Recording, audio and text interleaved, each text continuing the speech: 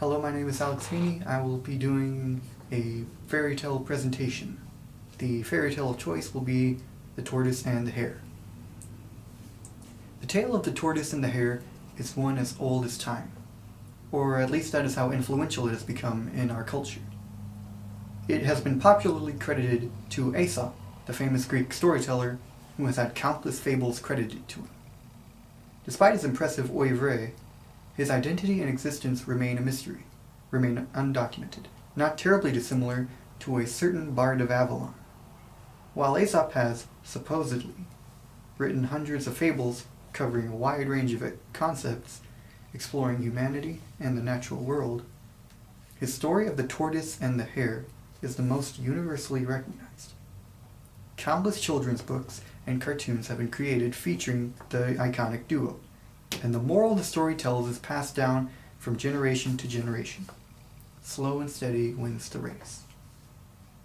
A tortoise challenges a hare to a race. The hare becomes so overconfident in his ability that he lies down and rests. As he rests, the tortoise passes him and wins the race, leaving a shocked and humbled hare in his wake. The moral of patience and discipline are inseparable and prominent when anyone thinks of the story.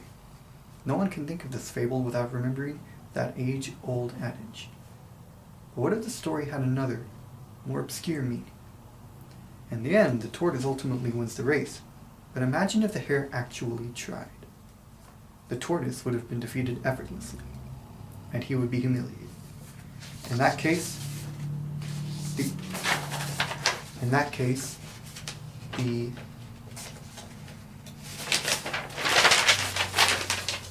moral would change dramatically, and yet have a similar message to the original. Overconfidence is a recipe for failure. The overconfidence of the hare. Imagine you're the fastest person in the world. You have won countless competitions and broken numerous records, and you are exalted as a paragon of human physique. One day, you are challenged to a race by a stranger. You can tell, just from looking at him, that this will be an easy race. Wouldn't it be all too tempting to let your guard down for once, and even have a little fun in the meantime?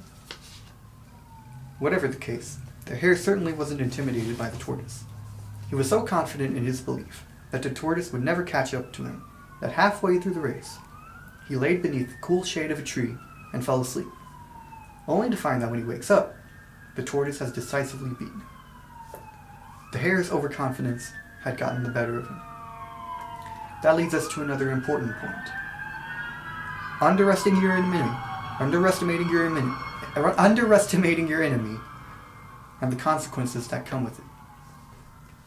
Whenever a stronger force is defeated by a weaker force, it is always the fault of overconfidence in the abilities of said force and the ignorance of the idea that the opposing force could substantiate any significant threat. Take Custer's last stand, for example. A large force, equipped with vastly superior weaponry, led by a general with years of distinguished military serving in the Civil War, was decisively beaten by a conglomerate of poorly equipped Native American tribal warriors led by Chief Sitting Bull, an accomplished tactician like Custer, only more so along the lines of guerrilla warfare rather than open conflict. How could Custer's forces have been defeated when he undoubtedly held a high ground? Simple. He utterly underestimated how many Native Americans were in Sitting Bull's army.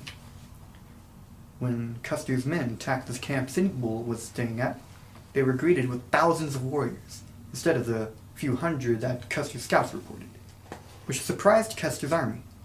Custer and his men were quickly surrounded and killed through the force of superior manpower. Now, what about Custer's last stand seems similar to the tortoise and the hare? Custer, like the hare, underestimated what his enemy was capable of, and, as a result, was promptly defeated because of it. Different ending, same moral. But perhaps we should remember that if the hare hadn't fallen asleep, he would have handily defeated the tortoise. The tortoise had the gall to believe that he, a lumbering tortoise, could outrun one of the fastest animals alive. How much of the tortoise's victory can be attributed to its own raw skill? It wasn't even luck that let the tortoise win. It was because his opponent was unwilling to use their abilities to their fullest. In any other situation, the tortoise would have lost. So let's approach the story from a more realistic approach. The tortoise challenges the hare to a race.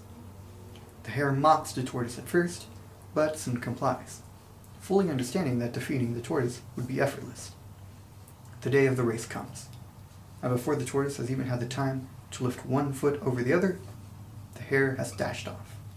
The hare is unbelievably fast in comparison to the tortoise, and before the tortoise even knows it, the race is over.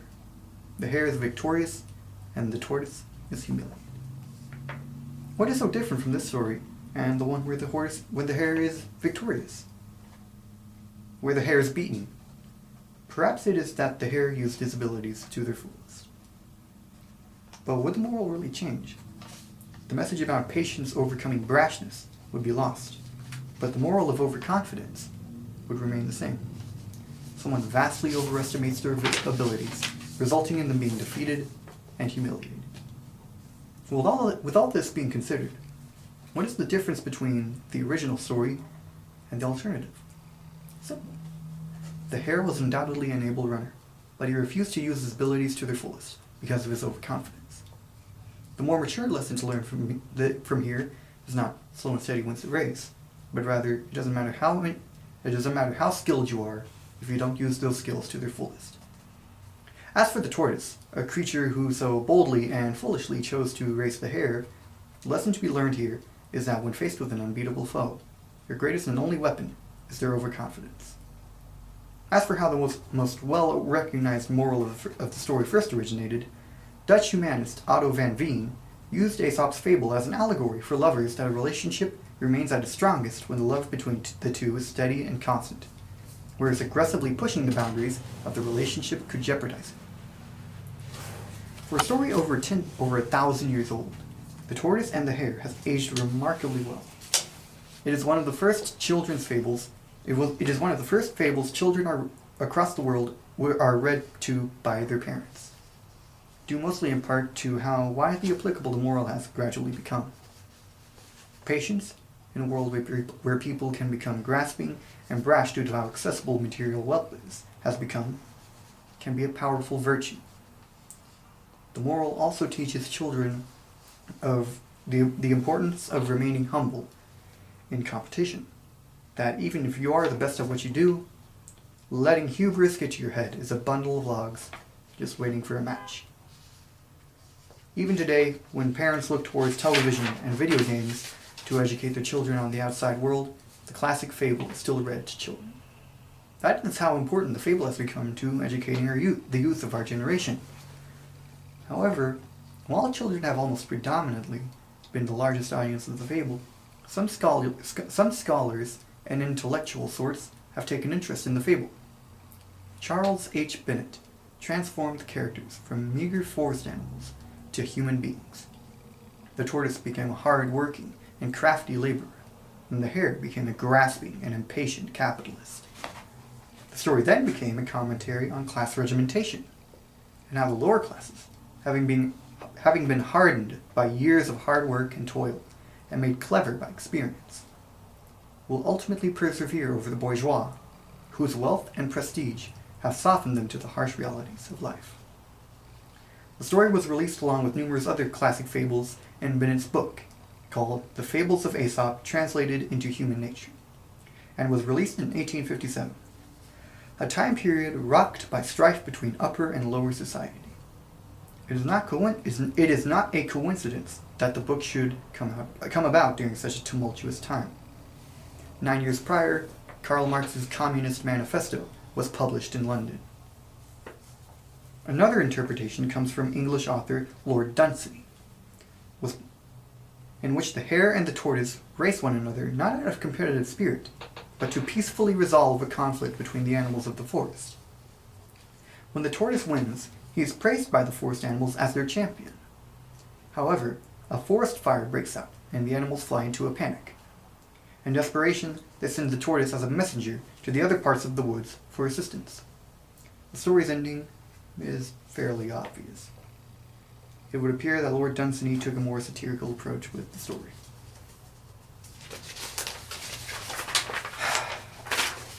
In conclusion, It is astonishing that such a supposedly simple and surface-level story could have such varying morals and interpretations.